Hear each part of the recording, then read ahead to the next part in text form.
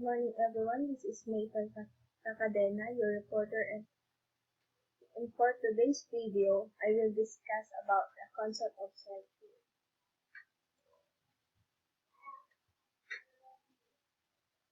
The concept of cell theory. In biology, cell theory is the historic scientific theory, now universally accepted, that living organisms are made up of cells, that they are the basic structural or organizational unit of all organisms, and that cells came from pre-existing cells. Cells are the basic unit of structure in all organisms and also the basic unit of reproduction.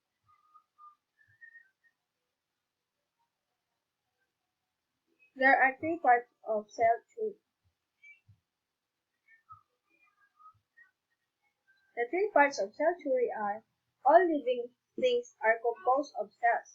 Cells are the basic unit of structure and function of living things. All cells came from pre-existing cells. And also, organisms grow by adding one more cells, not by increasing the size of their cells.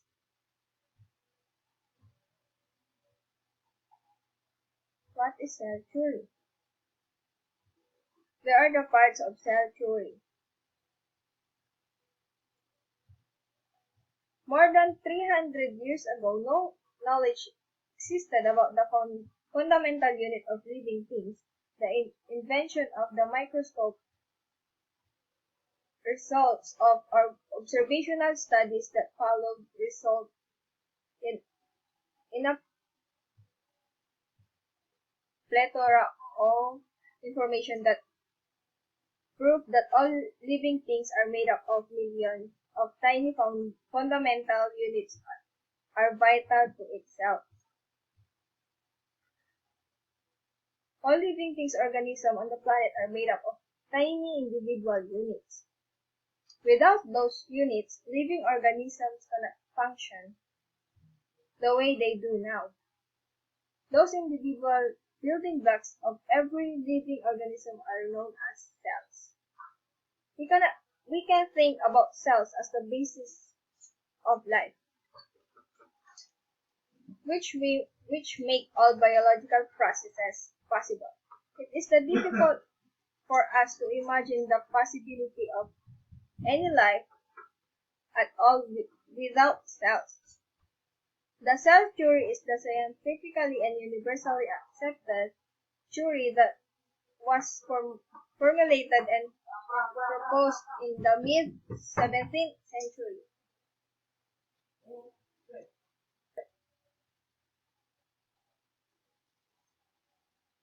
Cell theory part 1. All living organisms are made up of one or more cells. The first part of the cell theory states that all living things, whether small or big, simple or complex, irrespective of species or kingdoms, are made up of either one or more than one cells. Living things or organisms that are made up of one cell, called unicellular or single-celled organisms. Bacteria and protozoans like amoeba are examples of single-celled organisms.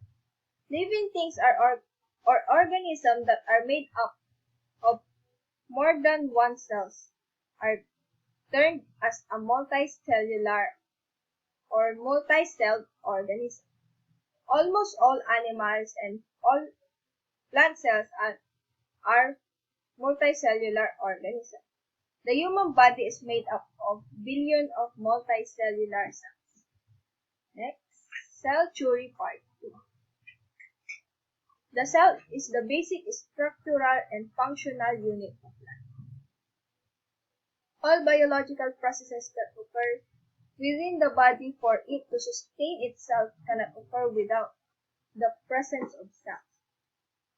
They form the basic units of life that not only provide structure to living cells but also necessary for all their vital functions that are needed to sustain life. For example, in human beings, the cells that make up the skeletal system are called osteocytes. Together, they form the harder structure called bone that provides structure as well as function of the body. Cells are the building blocks of every system in living things, starting from the cellular level to tissues, organs, and organ systems. Okay? Cell theory part 3. Cell arise from pre-existing cells. Every cell is generated from another cells that existed before it. This postulate of the cell theory refers to the process of cell division whereby one cells divide to produce more than one cells. This is the basic of cellular reproduction, which can be either asexual or sexual depending on the living organisms that the process is occurring in. Cell division processes can be different type like budding or fission since yeast cells, or mitosis or meiosis that is observed in both plant and animal cells. Generally, during the process of cell division, a single cell divides into two or more cells. Its genetic content among its progeny. The newly formed cells are usually identical to the parent cells. This postulate was in opposition to the notion that cells arise spontaneously.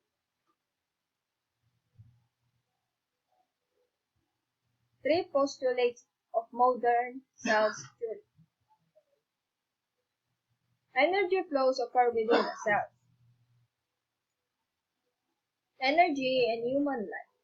The energy referred to in this postulate in chemical energy produced from thousands of biochemical reaction that takes place inside the cell. From the breakdown of glucose to produce of ATP by the powerhouse of the cell, the mitochondria or biological reaction produce a great deals of energy. Within each cell that flows from the part of the cell, one organelle to another through chemical messenger and molecules. Next. Modern cell theory part 2. Hereditary information of DNA is passed on from one cell to another.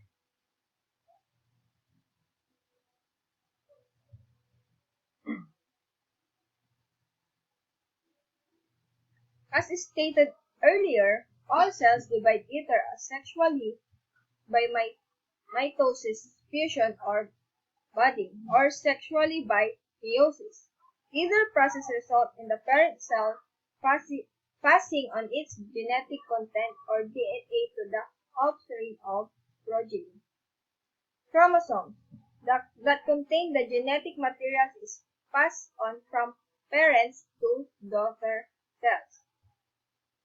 In unicellular organisms, as well as such as bacteria, the DNA materials is divided into its progeny. Simple splitting of the cell into two, a process known as cytokinesis.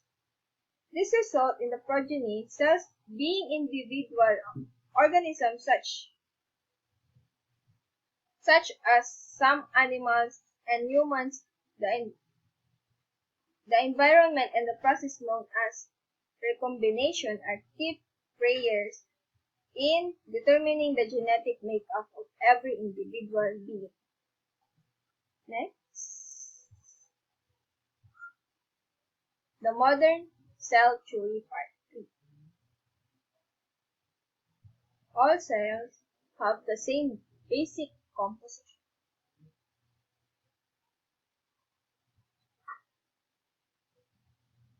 All cells, whether unicellular or multicellular, Prokaryotics or eukaryotics, simple or complex, irrespective of size, have the same basic composition. Almost every cell is surrounded by a cell wall and filled with a fluid-like substance known as cytoplasm or cytosol, in which many different structures called organelles are present that each has their own defined function. All cells contain a nucleus or a region that holds the genetic content DNA of the organism, and all have biochemical processes that enable it to sustain itself. There are the scientific created which the following contributes toward the developer of the cell theory, namely Robert Hooke.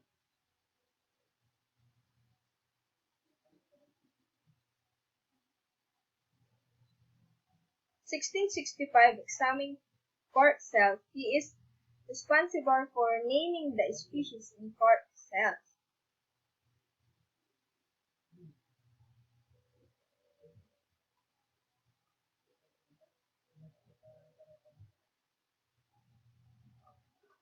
Next is Anton van Leeuwenhoek.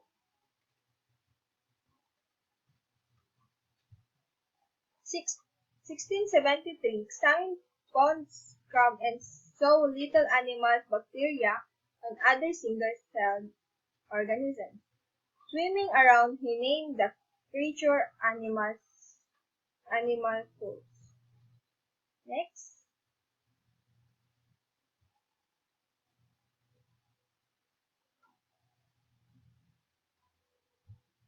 Matthias Schulze.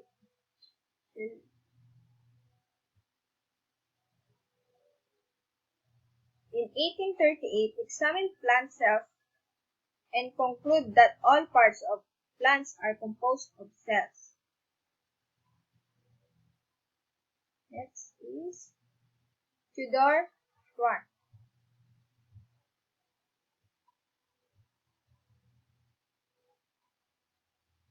In 1839, examined animals' tissue and conclude that all parts of animals are composed of cells. Next is Rudolf Virchow. In, in 1858, observed that cells could not develop from anything but existing cells.